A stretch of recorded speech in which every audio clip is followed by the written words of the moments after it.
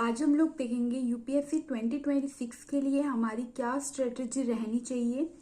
तो इस वीडियो में हम लोग डिस्कस करेंगे पूरा रोड मैप की लॉन्ग टर्म में हमारा क्या प्लान रहेगा, ठीक है।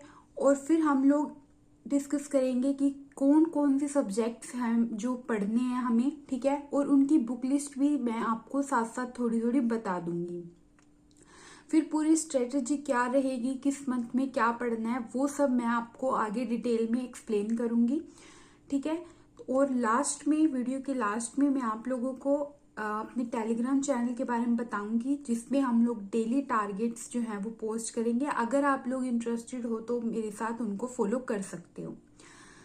तो अब हम लोग एक बार समझते हैं पहले सब कुछ, फिर हम आगे देखते हैं। तो सबसे पहले मैं आपको इसका एक पूरा रोड मैप बताती हूँ, ठीक है, कि हमें किस मंथ में क्या कैसे करना है। तो ये जो प्लान है वो हम लोग मार्च से स्टार्ट कर रहे हैं, ठीक है, क्योंकि ये वीडियो अभी जाएगी, ठीक है। फेब के थोड़े ही दिन बचे हैं, तो इनमें जो लोग देखेंगे वीडियो को, ठीक है, तो हम मान के चलते हैं हम लोग मार्च से ही स्टार्ट करेंगे। अगर आप लोगों के पास जैसे टाइम है अभी, अब आप वीडियो को जल्दी देख ले रहे हैं, ठीक है, फिर भी आपके पास जैसे 4-5 दिन बच जा रहे हैं, तो उसमें आप लोग क्या करेंगे, उसमें आप लोग थोड़ा सिलेबस देख लो, ठीक है, और एग्जाम के बारे में देख सकते हो, ठीक है। तो जो भी बेसिक चीजें हैं वो आप लोग देख लो, ताकि आप लोगों की स्टार्टिंग मतलब अच्छा बिल्ड हो जाए, आपको पता चल जाए कि इसमें है क्या, ठीक है। और फिर जो पढ़ना है मेन वो हम लोग स्टार्ट करेंगे मार्च से, ठीक है। तो कुछ लोग इसको मार्च में भी देख रहे होंगे, तो आप लोग जिस दिन देख रहे हैं तभी से ही स्टार्ट कर देना। तो अब हम देखते हैं। पहले देखो, फर्स्ट जो फेज होगा वो हमारा मार्च से लेके जून तक होगा, जो कि 4 मंथ्स का होगा, ठीक है। इसको मैं फर्स्ट फेज मान लेती हूँ। सेकेंड हमारा जून से सितंबर 3 मंथ्स का होगा, फिर इसी तरह से 3 मंथ्स का दिसंबर तक, फिर मार्च तक, और फिर लास्ट में 2 मंथ्स का, और फिर मई में आपका प्री एग्जाम होगा, ठीक है। तो ये रोड मैप है। अब इनमें करना क्या है वो हम आगे देखेंगे, ठीक है। डिटेल में मैंने 1 2 3 4 5 लिख दिया है, तो फर्स्ट फेज में क्या, सेकंड में, ये हम आगे डिटेल में देखेंगे। अब हमारे पास कुछ स्टेप्स होते हैं, हम ये तो नहीं है कि हम सीधा ही पढ़ना स्टार्ट कर देंगे कुछ भी, ठीक है। तो कुछ स्टेप होते हैं, जैसे कि सबसे पहले आप लोगों को इसका सिलेबस अच्छे से डिटेल में देखना है, ठीक है। और मैंने भी सिलेबस की वीडियो डाल रखी है, डिटेल में पूरी प्लेलिस्ट बना रखी है, तो वो आप लोग देख सकते हो। उसके बाद आप लोग थोड़े बहुत इनके PYQs भी देखोगे। जैसे आपने सिलेबस देखा कि GS1 का देख लिया, यानी प्री में हमारे पास जैसे 2 सब्जेक्ट होते हैं, GS और CSET। तो जैसे आपने GS का देखा सिलेबस एक बार, फिर उसके बाद आप उसका एक प्रीवियस ईयर पेपर भी देख लो कि किस टाइप के क्वेश्चन आ रहे हैं, ठीक है। थोड़ा मतलब जस्ट एक बार ओवरव्यू आपको लेना है कि किस तरह के क्वेश्चन पूछे जा रहे हैं, ठीक है। तो ये आपका फर्स्ट जो है काम रहता है, सीधा नहीं टूट पड़ना है। सबसे पहले हम उसका सिलेबस और उसके PYQs को देखेंगे। उसके बाद जो हमारी स्टार्टिंग होती है वो NCERT बुक्स से होती है, ठीक है, जहां से हमारी बिल्डिंग होना स्टार्ट होती है। फिर हम लोग आगे बढ़ते हैं थोड़ा स्टैंडर्ड बुक्स पे, ठीक है, और हाई लेवल का पढ़ते हैं, और हमें फिर करंट अफेयर्स भी पढ़ने होते हैं, ठीक है। फिर हमारे पास ऑप्शनल सब्जेक्ट भी होता है। फिर ये सब करने के बाद जब हमारा थोड़ा बहुत सिलेबस हो ही जाता है, तो हम टेस्ट सीरीज भी लगाते हैं, फिर मेंस की भी आंसर राइटिंग करते हैं, प्लस साथ में ऐसे भी होता है, CSAT भी होता है। तो इस तरह से कुछ स्टेप वाइज हम लोग चलते हैं, ठीक है। अब हम लोग थोड़ा सा एक बार सिलेबस देख लेते हैं कि हमारे पास सब्जेक्ट हैं क्या क्या, फिर हम उनको डिवाइड करेंगे। तो ये हमारे पास दोनों का मैंने सिलेबस लिख दिया है। तो अब पहले यहाँ पे देखो, प्री में आपके पास 2 पेपर होती हैं, ठीक है, GS और CSAT का। तो जो GS होता है उसमें आपके पास कौन कौन से सब्जेक्ट आते हैं, history, geography, polity, economy, environment and science and tech. तो मेनली 6 सब्जेक्ट आपके पास होते हैं, ठीक है। बाकी करंट अफेयर भी होते हैं, बट मेन जो सब्जेक्ट हैं वो आपके पास 6 ही होते हैं, ठीक है। उसके बाद हम बात करें CSAT में, तो आपके पास मैथ्स होता है, रीजनिंग होती है, और कॉम्प्रिहेंशन आते हैं इंग्लिश के, ठीक है। तो ये 3 लगा के चलो। तो प्री में हमें टोटल 9 सब्जेक्ट्स पढ़ने हैं, ऐसा मान लिया हमने, ठीक है। फिर हम मेंस में देखते हैं, मेंस में क्या होता है। तो 4 पेपर होते हैं हमारे पास, GS1, GS2, GS3, GS4। तो GS1 में आपके पास हिस्ट्री होती है, आर्ट एंड कल्चर होता है, ज्योग्राफी होती है और इंडियन सोसाइटी होती है। GS2 में polity, governance, IR, social justice. 3 में economy, environment, science and tech, internal security, disaster management, natural resources, agriculture. और 4th में आपके पास एथिक्स होता है, ठीक है। और साथ में आपके पास एसए का भी पेपर होता है और ऑप्शनल सब्जेक्ट भी आपके पास होता है। तो मोटा मोटा 15 कुछ सब्जेक्ट हैं आपके पास मेंस के। अब देखो, जैसे यहाँ पे मैंने प्री में अगर हिस्ट्री, ज्योग्राफी, पॉलिटी, इकोनॉमी पढ़ लिया, main, environment, science and tech, तो ये सारे तो मेंस में भी आ रहे हैं, बट कुछ सब्जेक्ट एक्स्ट्रा है जो मेंस के लिए हमें पढ़ने पड़ेंगे, ठीक है। तो यहाँ से आप जब इनके प्री के लिए तैयारी करोगे तो मेंस की आपकी आधी तैयारी तो हो ही जाएगी, कुछ सब्जेक्ट रह जाएंगे जो हमें एक्स्ट्रा पढ़ने होंगे, ठीक है। तो ये मैंने आपको बता दिया कि सब्जेक्ट हमारे पास किस में क्या आता है, ठीक है। अब हमें इसको डिवाइड करने में आसानी होगी, ठीक है। तो अब हम एक एक करके देखते हैं कि हमें फेज वाइज देखेंगे अब हम कि फर्स्ट फेज में क्या करना है, सेकेंड में क्या, ऐसे।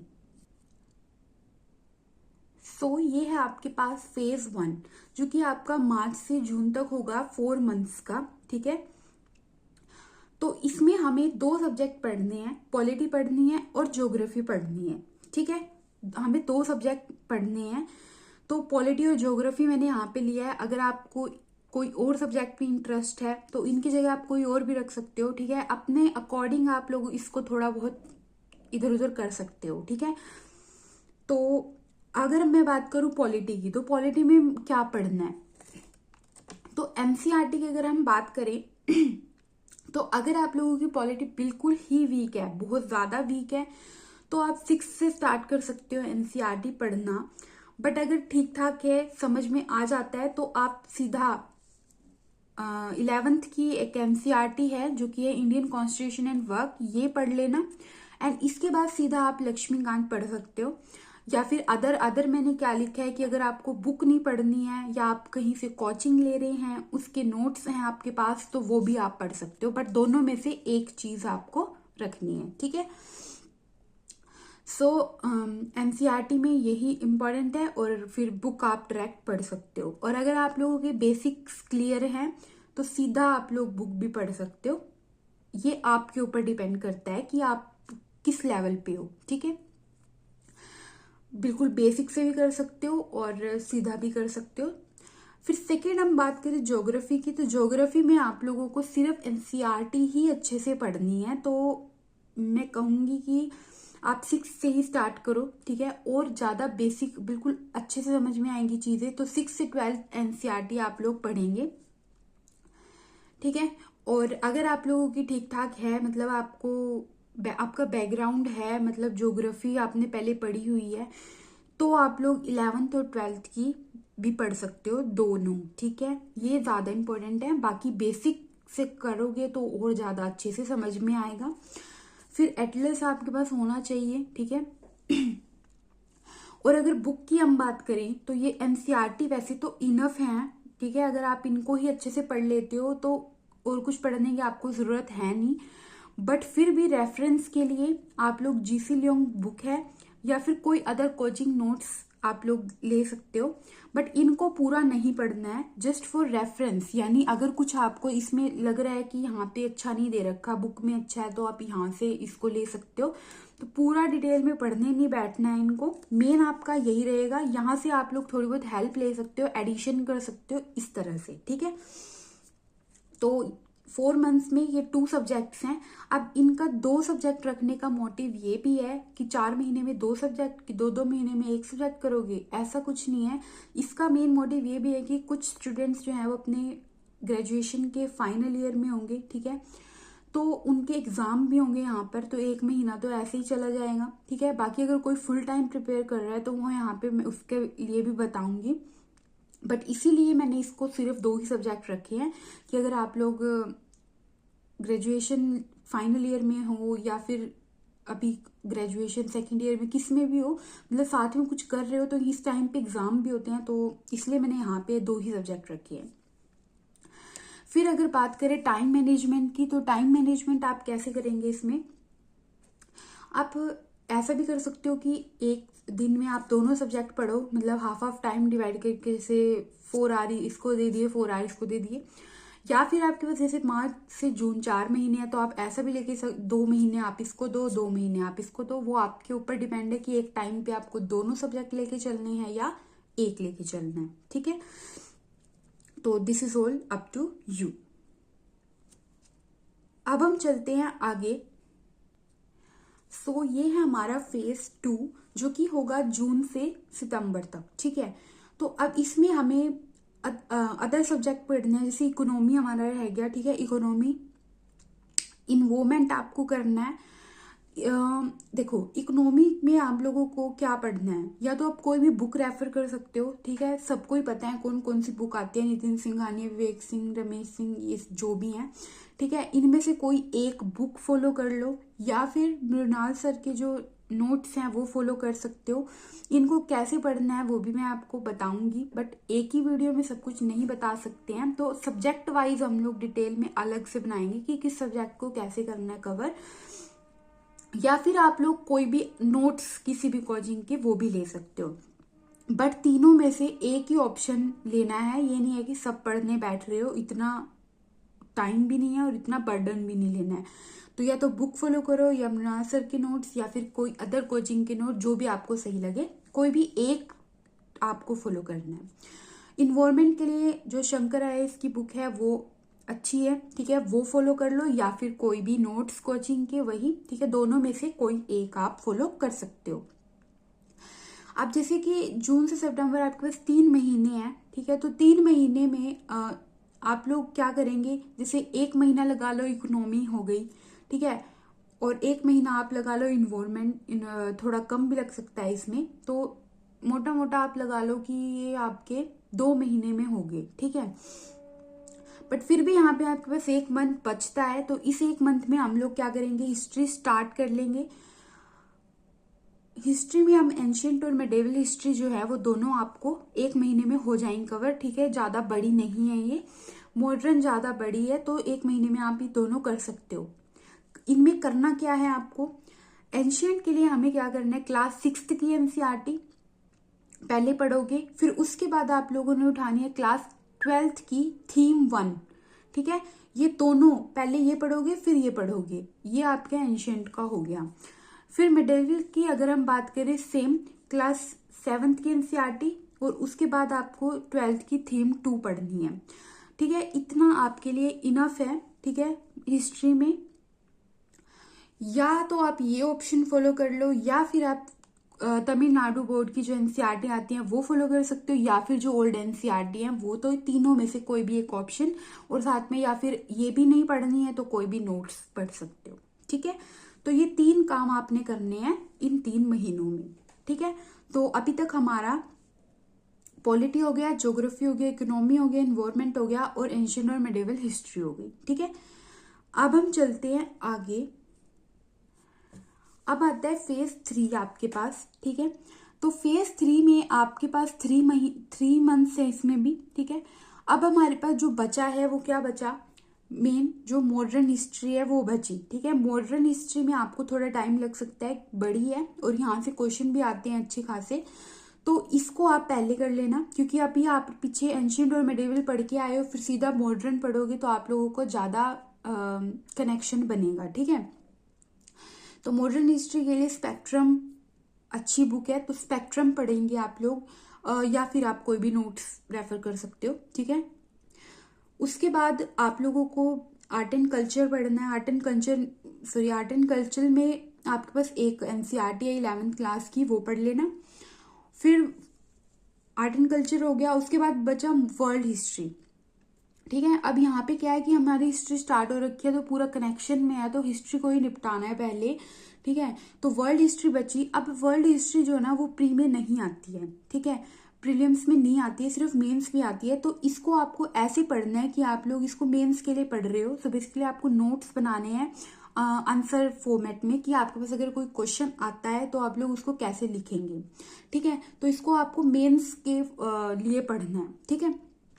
ज्यादा टाइम नहीं लगेगा इसमें, ठीक है। मॉडर्न हिस्ट्री है बस बड़ी थोड़ी, तो यहाँ पर आपके ना पूरी हिस्ट्री जो है वो यहाँ पे कंप्लीट हो जाएगी। ठीक है, अब ये जो है आपका काम, जैसे वर्ल्ड हिस्ट्री और आर्ट एंड कल्चर में लगा लो 1 मंथ लग जाएगा आपको, और स्पेक्ट्रम में भी। ठीक है, तो यहाँ पे भी आपके पास टाइम बच रहा है। अब यहाँ पे आपने क्या करना है, आपको मेन स्पेसिफिक सब्जेक्ट जो हैं, जो कि मैंने पीछे आपको बताए थे, जैसे कि यहाँ पे देखो, यहाँ पे हिस्ट्री हमारा हो गया, आर्ट एंड कल्चर हो गया, ज्योग्राफी हो गया। अभी यहाँ बचा इंडियन सोसाइटी। ठीक है, तो ये क्या हो गया, मेन स्पेसिफिक सब्जेक्ट हो गया। ठीक है, ये पॉलिटी हो गया, गवर्नेंस बचा तो गवर्नेंस लगा लो, IR लगा लो, और सोशल जस्टिस। ठीक है, इकोनॉमी हो गया, इन्वायरमेंट हो गया, साइंस एंड टेक, और इंटरनल सिक्योरिटी।